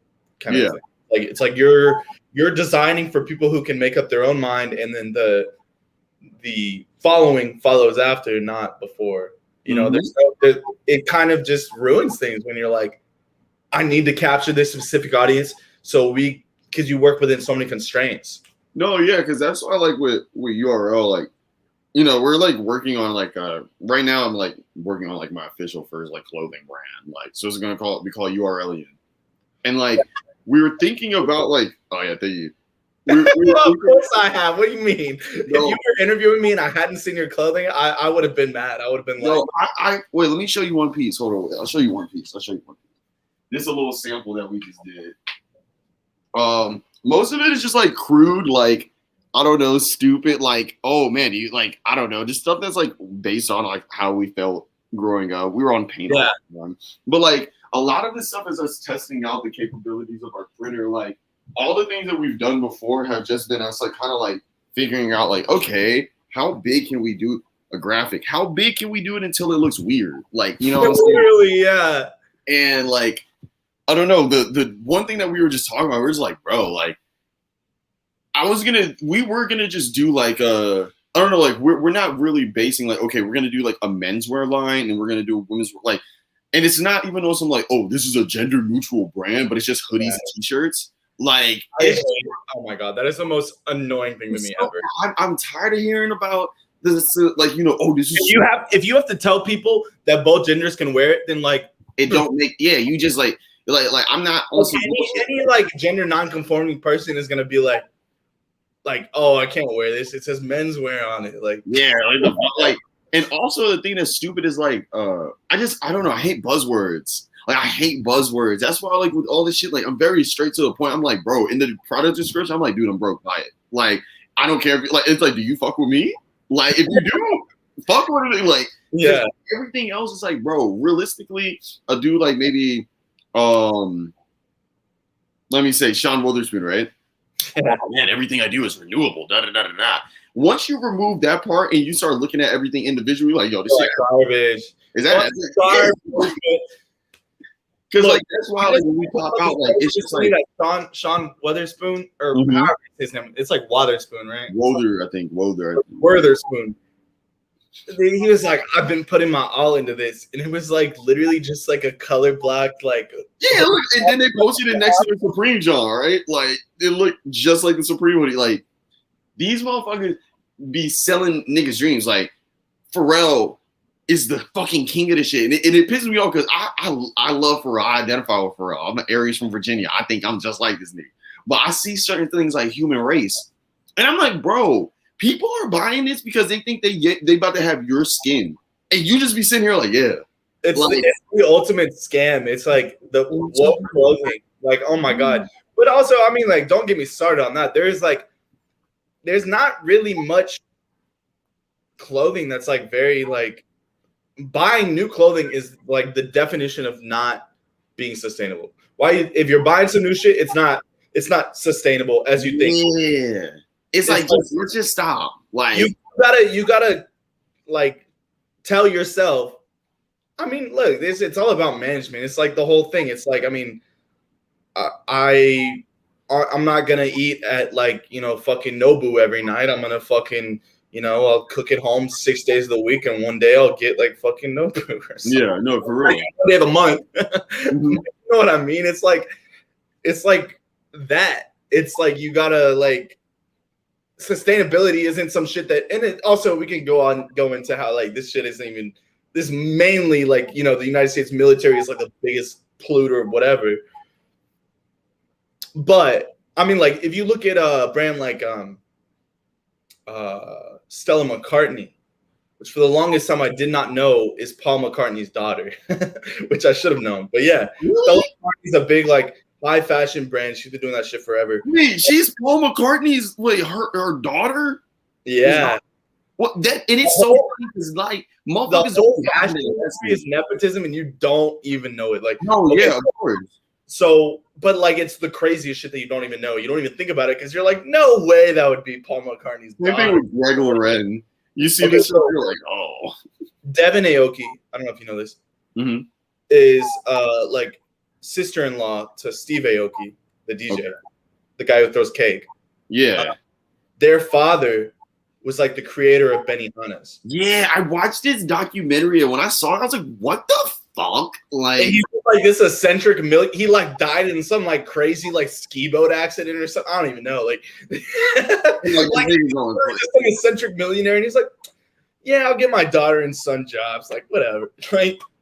No, it's so interesting because there's a lot of and also it kind of be fucking it up for me because I'll be real with you. I don't be liking to hear that shit. Like, I don't it's like when I see people who was rich, I kind of just like I'm like, okay, I can't really like be so. Oh no, that shit like pushes me so much harder. Growing up in Austin, all right, Austin has always been rich, even before this whole tech rush. They started calling us Silicon Hills, which is really fucking annoying because Austin is like hill country, I guess. Before all that, oh my god, you'd meet motherfuckers and you think they're normal, and then you just thought they were kind of a dick, and then you realize you're like, they're rich as fuck. I met this dude who his dad like wrote the fucking. He was a dick. His dad wrote the book on O.J. Simpson, like one of the first, and he was like just rich from that. Like he was just loaded from that. And then I mean that's fucking what, like 30 years ago, 40 years ago. Like that's wild. Literally. Oh, and then also I remember this one guy who is like an heir to a local grocery chain. And then another guy, I don't even know what his dad did, but I remember he was so coked out one time at his house, and he was telling us how his dad wrote a check out for 2, and it meant 2 million. And I'm like, it's just like amounts of money that I can never even like think of having. So I'm just like, look, if you are literally the fail son of like some fucking millionaire, I already know I can do 10 times better than you. Like, it's not like if you got all the tools, all this money, and you can't do something better than this, like I cannot do with nothing. You know what I mean? Yeah, it's the ultimate motivation because it's like you imagine you running a race against somebody super doped up, but you beating them. Yeah, exactly. Or y'all keeping up. You like, bro, like if they got all this help, you know what I'm saying? I'm still doing this shit. I just must be that bitch. And I mean, Austin is full of. I mean, New York is too. New York's probably more full of that shit. Oh my god, you meet someone popping and you're like, oh, and then like some person whispers in your ear like, oh, their dad owns fucking, I don't know, their dad contributes to the Met $2 million each year or some shit. I don't know. Yeah, for real, and it's just like, yeah, it's shit like that. I remember this one girl. Literally, I'm not gonna say nothing about New York, but it's the same as Austin. It's just like super rich families who've just been here forever, and like you meet their heirs basically. Yeah, and they're just out in the street like bobbing. And the funniest thing is that how motherfuckers be queer baiting, they be struggle baiting. Like they be like, oh yeah, like everything is twisted. I mean, like motherfucker went into the thrift store with a black heart. Like, come on, like let's stop. Struggle baiting is like such a thing in Austin. Oh my god, because in Austin, like it's not even like people are like millionaires struggle baiting. Like people are afraid to just admit they're rich. I met this one bitch recently, and she's super cool. And I remember I went to her apartment. She was just basically like, "Yeah, my parents are rich," and I was like, "I respect that more than any." And like, they're probably not like super rich or anything, but like, I respect that more than any motherfucker who's like some crust punk trying to act like they're. Oh my God, in Austin, there's crust punks who are like homeless for the aesthetic, like their dad's like a fucking like, millionaire, and they're out here bumming it for no reason. It's just for the looks. I'm like, bro, that shit is insane. It's actually crazy because like, I don't know. I have a big problem with that shit, man. As somebody that comes from, like, I wasn't by any means, I never struggled, you know what I'm saying? Like, but I didn't have a constant father figure in my life, you know what I mean? Like, my mom was like single parent, like doing like, a little money could have helped with that. Yeah, it's like, bro, it's like when I see this type of shit, motherfuckers be crying all this shit or going through all this shit, and they rich as fuck or they have these opportunities, You're but like, bro, get over it. No, what's that video of P.O.? He's like, shut up, bro. Shut up, bro. Shut up, bro. Like, yeah, that's how I feel. Like, next time I go to New York, I want to meet P.O. Look, do you ever? Okay, look. Let me get you more party details. I want to book P.O. or Hasbulla. They both have the same condition where they look. Be funny though, because P.O. dead ass be dancing like a bad bitch. P.O. gonna be up in there going crazy. I cannot afford P.O.'s rate. P.O.'s rate for like a club appearance is probably like $50K or something crazy. Yo, P.O. I don't understand. Like, when he first popped out, I was so infatuated with this person. I was like, yo, this is one of the most interesting niggas I've ever seen in my life. Like, I ain't no fucking thing on your fucking mind.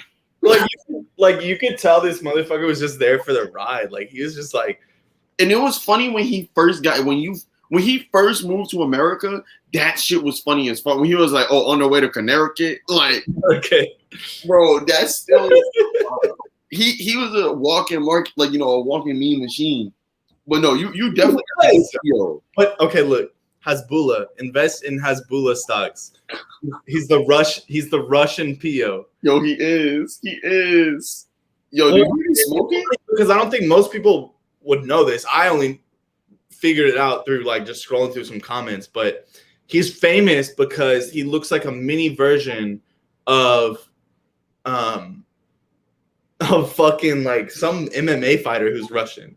Really? Yes. Hey, we just saw this nigga and just thought he looked like funny. We were like, yo, no, it's because he looks like the mini version of some MMA fighter. Yeah. Yes. Yo, I'm trying to meet up with Hasbulla and P.O. right now. I'm just trying to. Okay, look, because that is some. Okay, like I said, I want every one of my shows to be an event. I joked about like having Hasbulla at the Cowgirls rave, but like, oh my God, 3 shows down from now, if I do a show in New York, if the booking rate is right and I have that money to spend, I will book Hasbulla, and I'm gonna have my friend Marcella. Go follow her. FDBSML. Mm-hmm. Amazing fashion. She's in the commune. She speaks Russian. I'm gonna have her show up just to like, translate for Hasbulla. Like, yo, one nigga Hasbulla finna pull up, bro, with a bottle of vodka. Imagine, because look, I will make it happen. I'll be real. If I put a Hasbulla up here on the shoulder, and I just be like, look, bro, me and my shooter here, like, y'all get out of the way. Like, the king is here. Bro, can you imagine? Like, he's only like 18. Bro, there's no way that dude is not like a millionaire by now. I don't know. He's not. But like, I think about that. Like, those people who get those like meme endorsements, like, they get paid to show up at clubs and shit. Like, they are like, there is no way they're not making serious. He wasn't making money at the clubs. You remember them videos of him going crazy? Like, he'd be like, bro, I saw a video of that nigga in a pamper at the club, in a, like, no shirt on with a pamper on, going nuts, like throwing money and shit. But also, P.O. is a bad bitch. Like, have you seen P.O. dance? Like, P.O. really be getting it. Like, yo, like. No, I'm talking about, like, wait. This is how we go. This is how we go on in this one right here. We go end this out on this beautiful video of P.O. just really getting it. Like, please. Wait a second. I'm trying to find the right one, because there's one, bro. This motherfucker, I was like, yo, like, this is crazy. Yeah. Okay, wait a second. This is funny. it's funny because like P.O.'s like 26. Literally, that man is not even like like young at all. He was telling us the truth. He said, "I am no fucking baby." I am fucking I mad. can understand why he's mad because look, if I was Hezbollah like just turned 18. Like this man's like still young. Like how are we to know? But Pio's like a grown ass man. Yes. Wait a second. Hopefully this shit ain't lagging. Okay, wait a second. Let him get into it. Literally, he's dancing like a bad bitch. No, look at the hand. Look at the hand placements. Wait a second. Hold on.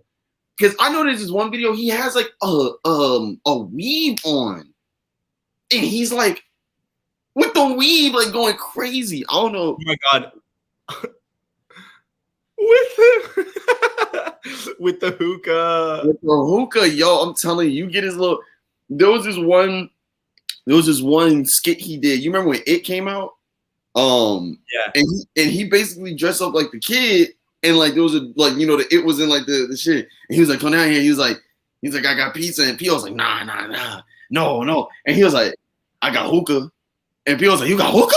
And he jumped in there. He jumped in that bit. It's crazy. Okay, what do you want the people, the URLians? What do you want everybody to know?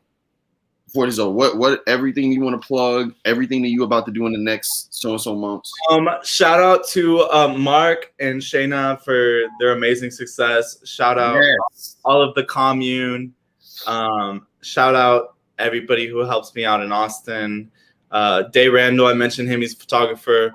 Emma Lehman, she's my business partner. Like, shout out to all of them. Shout out to my twin. None of that would be possible without them. But more parties coming soon, hopefully to a city near you. I mean, I'm trying to get that rolling as soon as possible. But also, I want people to come to Austin. Like all those people who flew to Austin, they were like, okay, let me tell you this to anybody who's watching this. Everybody who came to Austin, all of Halcyon, all of the commune, Gum, like Cooley, they're like, let me know when the next one is. Like, I will. Cool. I'm like, it was that, and it will be that for every single person. I've never been to Texas. I'm gonna have to pull up. You're invited. So me and this motherfucker. Oh my god, I'm ready. I'm coming for the mud party, man. Yeah, gotta get muddy. I keep thinking about those pictures of Woodstock '99. I'm like, yeah, let's turn it up. Look, people forgot that partying was an art, and I'm trying to bring that back. And that, that's the perfect way to end that bitch. You know what I mean? All right, word. Partying's art, and Coochie Cowgirl is trying to ring up. All right, thank you, Chris. Thank you so much for coming on here. Thank you to the commune. Like we said, yeah. Shout out to Shayna and Mark. They've been going crazy, like the rains. Shout out to everybody watching this. And yeah, shout out to Austin. Shout out to Austin. Shout out to everybody watching this. Texas. All right. Peace. Peace.